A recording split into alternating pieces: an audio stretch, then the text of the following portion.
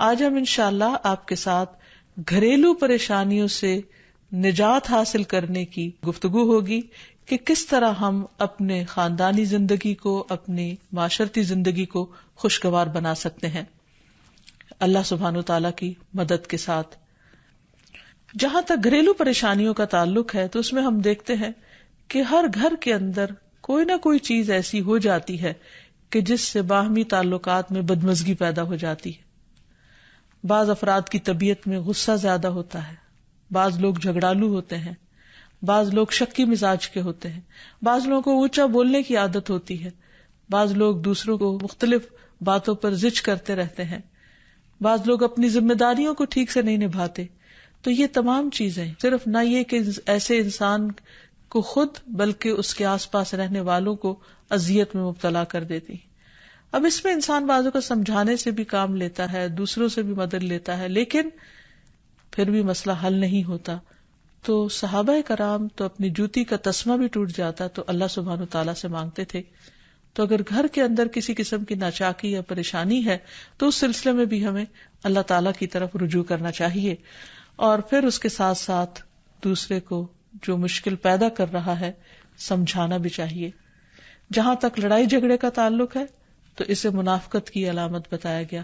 آپ صلی اللہ علیہ وسلم نے فرمایا کہ منافق کی 4 علامتیں ہیں، ان میں سے ایک بات کرے تو جھوٹ بولے، وعدہ خلافی کرے، امانت میں خیانت کرے، اور جب وہ جھگڑا کرے تو گالی دے، یعنی جھگڑتا بھی ہے اور گالی بھی دیتا ہے۔ نبی صلی اللہ علیہ وسلم نے یہ بھی فرمایا کہ اللہ کو سب سے زیادہ ناپسند آدمی وہ ہے جو بہت جھگڑالو ہے، یعنی اللہ تعالیٰ ایسے شخص سے محبت نہیں کرتے۔ اس لیے اگر آپ کسی سے بات کر رہے ہو تو اس کی بات توجہ سے سن لے۔ چھوٹی چھوٹی باتوں پر جھگڑنا اور دوسرے کے ساتھ بد اخلاقی سے پیش آنا یہ درست نہیں۔ پھر اسی طرح مومن جو ہے وہ کبھی بد اخلاق نہیں ہوتا، اور بد اخلاقی پھر منافقت کی علامت ہے۔ رسول اللہ صلی اللہ علیہ وسلم نے فرمایا، تمہارے یہ نسب نامے کسی کے لیے گالی کا سبب نہیں ہے، تم سب آدم کی اولاد ہو، ایک دوسرے کے قریب ہو، دین یا عمل صالح کے علاوہ کسی وجہ سے کسی کو کسی پر کوئی فضیلت نہیں۔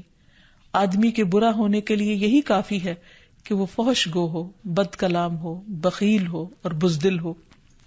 پھر اسی طرح آپس میں محبتوں کا نہ ہونا، بہن بھائیوں میں ناچاکی یا شوہر بیوی میں ناچاکی یا والدین کے ساتھ محبت کا نہ ہونا، یہ ایک طرح سے اللہ تعالیٰ کی طرف سے ایک آزمائش بھی ہو سکتی ہے اور ایک عذاب بھی ہو سکتا ہے۔ مومن تو محبت کرنے والا ہوتا ہے، اور اس شخص میں کوئی خیر نہیں جو محبت کرتا نہیں اور لوگ اس سے محبت نہیں کرتے، اور لوگوں میں سب سے زیادہ بہترین انسان وہ ہے جو لوگوں کے لیے فائدہ مند ہوتا ہے۔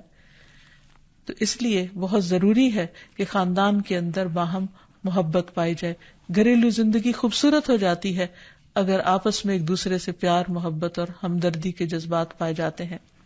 پھر اسی طرح بعض اوقات گھریلو زندگی میں بدگمانیاں بہت تکلیف دیتی ہیں، یا گھر کے کچھ افراد سنی سنائی باتوں پر یقین کرتے ہوئے دوسروں کے خلاف بدگمانی پال لیتے ہیں، تو اس سے بھی پرہیز کرنے کی ضرورت ہے۔ اسی طرح گھریلو پریشانیوں میں گھر کا تنگ ہونا بھی ایک عذاب کی شکل ہے۔ اس لیے نبی صلی اللہ علیہ وسلم نے ہر وضو کرنے کے بعد جو دعا سکھائی اس میں خاص طور پر یہ دعا آتی ہے کہ اللہ میرے گھر میں وسعت پیدا کر دے، یعنی ایک تو دلوں میں وسعت ہو اور دوسرا یہ ہے کہ جگہ بھی کشادہ ہو۔ رسول اللہ صلی اللہ علیہ وسلم نے فرمایا 3 چیزیں بدبختی میں سے ہیں۔ عورت جب تو اسے دیکھے تو وہ تجھ کو بری لگے اور وہ تجھ پر اپنی زبان چلائے، اور اگر تو اس سے غائب ہو تو وہ اپنے نفس کی اور تیرے مال کی حفاظت نہ کرے۔ دوسرے مریل سواری کہ اگر تو اسے مارے اور چلائے تو تجھ کو تھکا دے، اور اگر اسے چھوڑ دے تو تجھے جلد تیرے ساتھیوں تک نہ پہنچائے، اور ایسا گھر جو تنگ اور کم سہولتوں والا ہو۔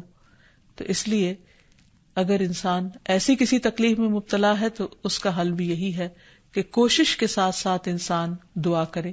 اسی طرح خرچ میں کمی، وسائل میں کمی، مال میں کمی، یہ تمام چیزیں بھی عموماً گھروں کے اندر جھگڑے پیدا کر دیتی ہیں۔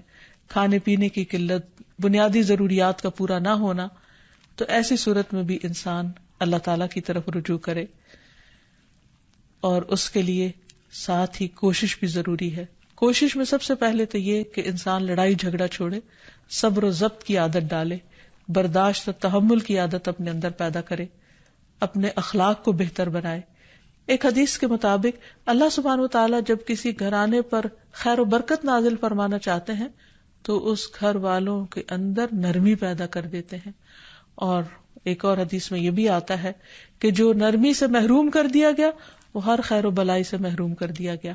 تو اس لیے گھر کے ہر فرد کو اپنے اپنے رویے پر غور کرتے ہوئے اپنے اخلاق کی اصلاح کرنے کی ضرورت ہے، اور دوسروں سے توقعات زیادہ رکھنے کی بجائے اپنا طرز عمل اچھا کرنے کی ضرورت ہے۔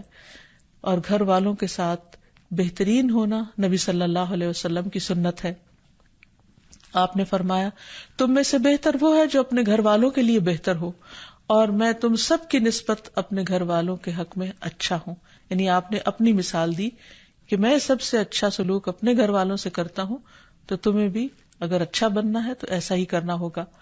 پھر اسی طرح گھر والوں کو زیادہ سے زیادہ فائدہ پہنچانا۔ حسن بصری سے مروی ہے کہ اللہ تعالیٰ کے نزدیک پسندیدہ بندے وہ ہیں جو اپنے اہل و عیال کو سب سے زیادہ نفع دینے والے ہیں۔ پھر اسی طرح پیار و محبت سے رہنا۔ اگر لڑائی جھگڑا ہو بھی جائے یا کوئی غلط فہمی پیدا بھی ہو جائے تو اس وقت خاموشی اختیار کر لینا، مناسب وقت کا انتظار کر کے اس غلط فہمی کو دور کرنا ضروری ہے۔